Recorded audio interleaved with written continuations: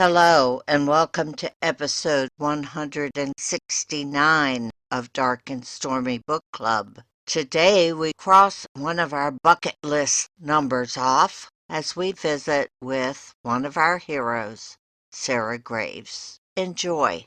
I'm Ann Dart. I'm Tracy Stormy. And I'm Kathy Knight. And together we are It Was a Dark and Stormy Book Club, a podcast for mystery lovers. Welcome.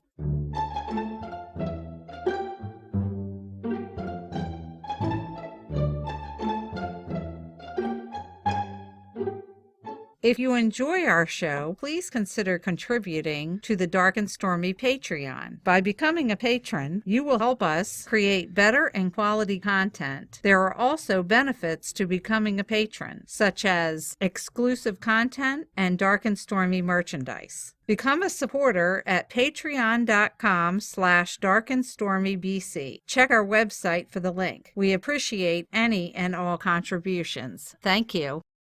Tiptree and Ellie White are fired up for Eastport, Maine's annual cookie baking contest. But when a cunning killer and a devastating fire threaten to ravage the quaint island town, Jake and Ellie must dip into another homemade homicide investigation before all they love goes up in smoke.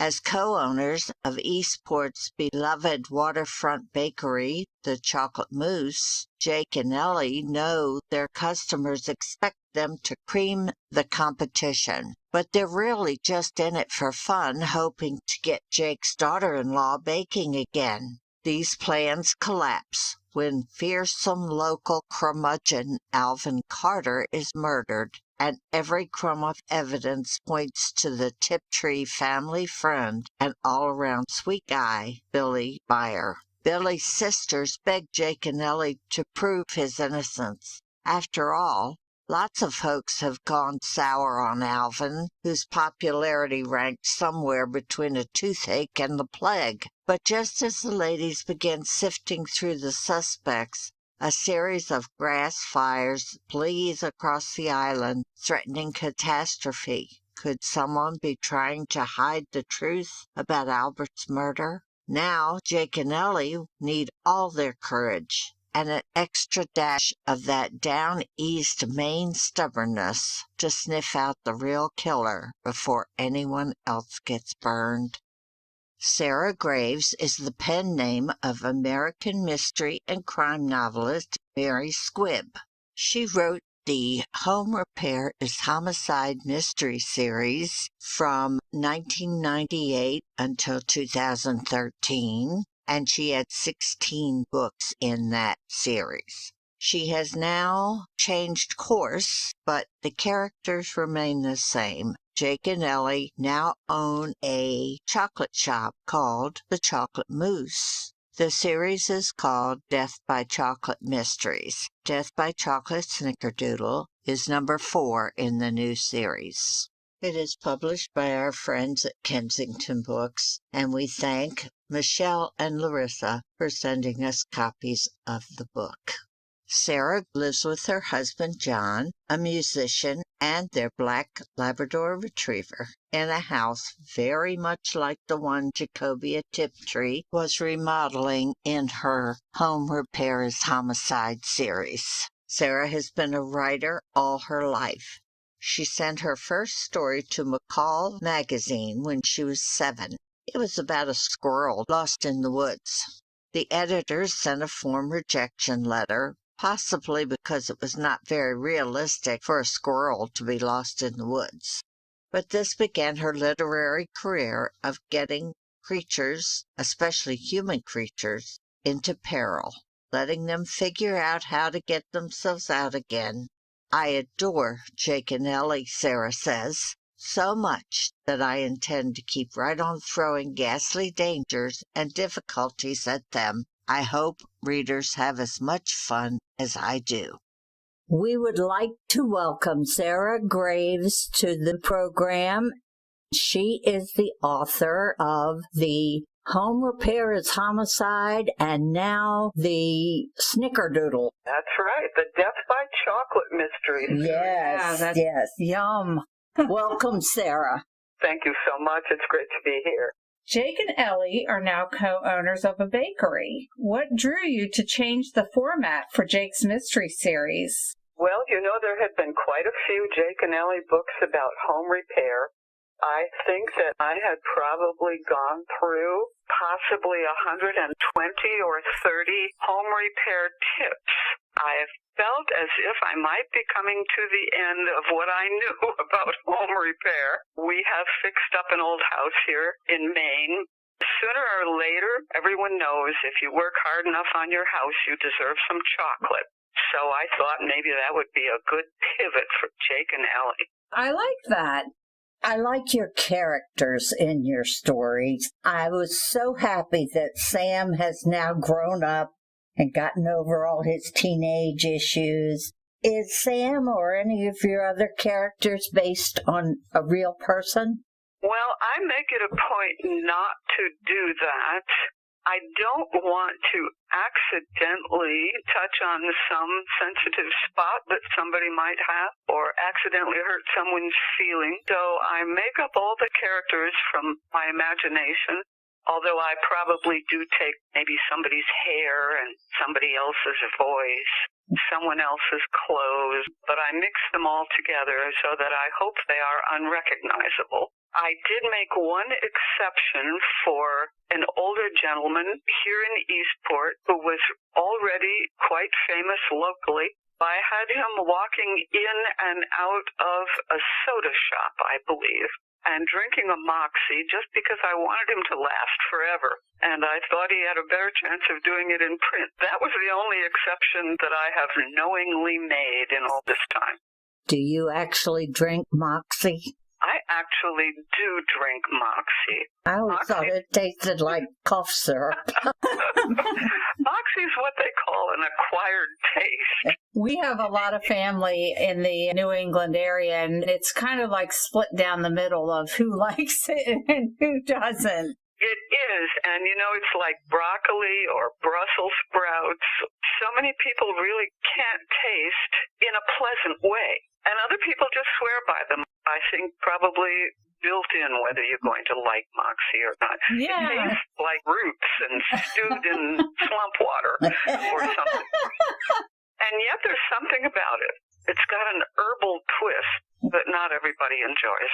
In the early series, every once in a while, Jake would get visited by a ghost. We absolutely love when that would happen in the stories. Is that something that will show up in the new series? Well, it might. I'm glad you like the ghosts. I like them very well myself. You can never predict when a ghost is going to show up. And I think it's the same in these books. Sometimes a ghost just takes a notion and shows up. Most particularly, I think, Jake's ex-husband, Victor, who died in her upstairs guest room and then came back shortly after with a little handbook that they had given him on the other side. Jake was very surprised that they actually had handbooks in the hereafter. They may show up again. One never know. Then it's something to keep reading to find out. I think that's right, and I'll have to keep writing to find out, too. Do you say that sometimes your books, they tell you what to write? Only within limits. They do need to go where I need them to go, these books. On the other hand, if you keep too tight a hand on the reins, things get a little lifeless and joyless. So I let things be a little unpredictable, and I follow their lead somewhat. But sometimes it's time to jump back on the track again. Did the people of Eastport enjoy solving your mysteries? I think they enjoy reading them. Some of them enjoy them. Not everybody likes everything, of course. But I'll tell you a little story about the first one I wrote, the first Jake and Ellie book, which was set in Eastport. I had recently moved here myself, and there was a little bookstore down on Water Street that said that they would order it and very kindly offered to have a book signing. So I accepted very eagerly, and while I waited the day, I wondered, how many people will really show up for a first novel in a little bookstore in Down East Maine? Well, I walked down to the store the morning of the signing, and there were people lined up down the block. They sold every copy they had.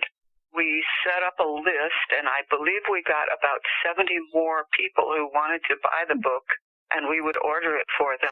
Everyone wanted to know what this new lady from away had written about Eastport, Maine. They were very curious, and it completely surprised me.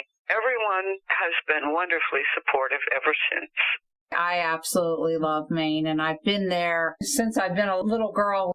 We had family up there. We have quite a connection to Maine. And do you enjoy putting real locations and landmarks in your books?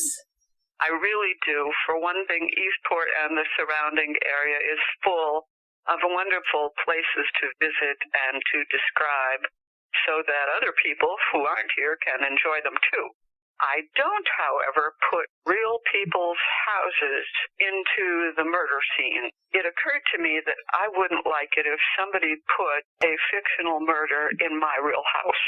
It might make me feel a little creepy. I disguise the murder scenes, and sometimes I jumble up the geography a little bit. Mostly, the Eastport in the Jake and Ellie books is the Eastport that is really here on Moose Island in down East Maine. It's a way to visit. Some people have visited here on account of the books, and others, I am completely amazed to say, have actually moved here on account of them. Oh, wow. I know. It's exciting. I feel a little responsible, but so far it seems to have gone all right for them. The only problem with Maine is the winter. I'm sorry. The winters can be a little difficult. I remember a couple of years ago, if I'm not mistaken, we ended up with something like 13 feet of snow. It snowed really hard, many days in a row. We got quite a pile of it. But however, then another year you'll get nothing. Didn't even get ice this year. So we got a little break. Do you ever get requests from neighbors and townspeople to be the victim in your books? Sometimes people volunteer without realizing it. I tend not even to make people the victims. I'm not going to make that an unbreakable rule. How about the murderer? Yeah. So far it hasn't happened. That's funny.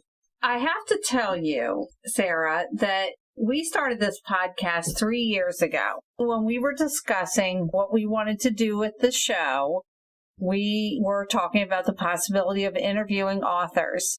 You were the first name that I said I wanted to have on the show. Oh, well, thank you so much. That's very flattering. We have loved the Jake and Ellie series from day one. I appreciate it. That's very nice of you to say. I was a little hesitant to try the new series. At first, I didn't realize it was Jake and Ellie, but once I found out, we're sold. Right. We're back in. Right. Are you working on anything new? As a matter of fact, I am just now putting the finishing touches on the next Jake and Ellie Death by Chocolate series entry called Death by Chocolate Chip Cupcake. Ooh. You're making me hungry. Gotta watch out for this chocolate chip. You need to put recipes in the back. I know you had a chocolate sauce in the Snickers. Yes, and I think I have done ginger chocolate biscotti. Ooh, that sounds yummy. It slipped my mind what the other one was. There's one recipe back there. I don't think I'm quite up to a recipe for chapter the way we did with tips. But you never know, there might be a cookbook someday. One could do a chocolate dessert cookbook for Jake and Ellie. Oh, we would definitely buy that one. We'll put murder at the end and recipes in the book instead of the other way around. There we go. That's a great idea. And we have a monthly newsletter that we have a section in the newsletter called Cuisine that we feature a recipe from a cozy book in each episode of our newsletter. We'll get in touch soon and let you know when we want to feature yours. Terrific. I'll look forward to it. Can you let our listeners know your website so they can learn more about you and your books? Well, you can find Sarah Graves on Facebook. I'm afraid I'm not quite as good as I should be about keeping that Facebook page up, but I am there. Actually, you can comment there. I don't think the direct mail is open right now. When I'm finishing a book, I'm not quite able to keep up with the social media mail department. but everything else works. So give